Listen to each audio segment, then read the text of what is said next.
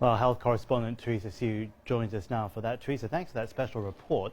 Let's talk about diabetes. It's a word so common in many parts of the world, but almost unheard of here in China just over 10 years ago. What are the causes and how do these health educators play a critical part in helping China and the Chinese become healthier?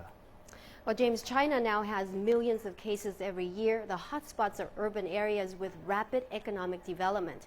People get richer, eat more abundantly, exercise less, and eat less traditional food. The modern plate contains more fast, convenient, and refined food with refined sugar and refined carbohydrates, which are great contributors to diabetes. China's diabetic cases are usually people who are slimmer and have a lower body mass index.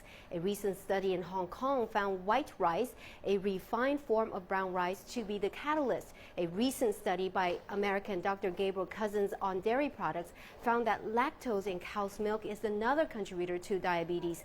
Countries like Sweden and Finland that have the highest consumption of cow's milk suffer higher incidence of diabetes.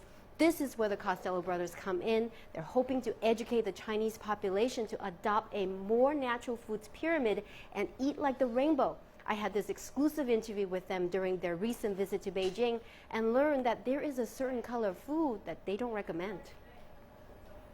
We do find a lot of sugar in Chinese cooking, for example, and the Chinese people have always been eating carbohydrates, starchy food. Where do you find your mission or yourself fitting into the Chinese culture here, and what are you trying to do? The problem with the sugar and the problem with the salt in China is the same problem as the sugar and the salt around the world. The problem is that the highly processed nature of sugar and salt renders it a chemical that our body does not recognize, does not know what to do with us, and makes us ill in the process. So the idea is to get back to something natural that the body knows what to do with. When it comes to sugar, we see sugar in the Chinese diet. You know, even when we blanch vegetables, we add a little bit of white sugar. Where do you see this affecting the health of the Chinese people?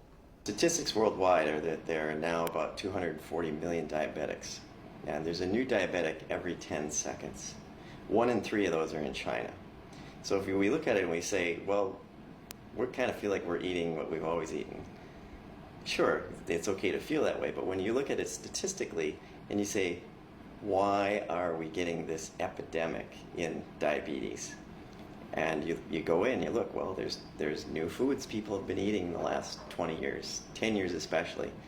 The sugars have changed. There's a lot of white sugar, there's a lot of fructose corn syrup. I read an article about you mentioning about the 80-20 rule, and there's also the 98-2 rule. So how many rules do you have, and what do these rules mean? Okay, the 80-20 rule basically is that 80% of your food is fresh fruits and vegetables, which is amazing. But if you do that, no matter what you're suffering from, you'll start getting better.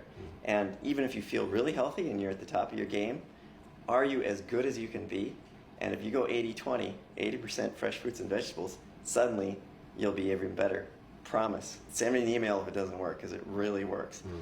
Now, the 98-2 was something else, which Steve has. Yeah, what is the 98-2? The 98-2 for us is basically fresh fruits, vegetables, and the 2% would be champagne and birthday cake. Well, the Costello brothers, there you have it, emphasize the importance of having a plant-based whole food diet. They highly recommend investing time in understanding our relationship with food. James? Well, I want to invest more time in this on air now, Teresa. I understand that you're studying integrative nutrition and a health coach. What's your experience in terms of education but also prevention?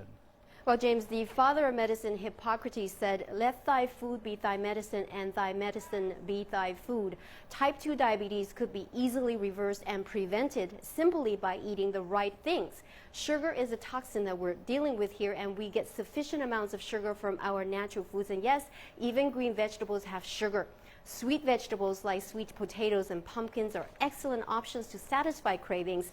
I would be careful with carrots and beets, which have high sugar content. Now, China has no law on nutrition, so it's important to read the labels to look for hidden sugars. Some examples: yogurt, custard, sauces, bread, and canned soup.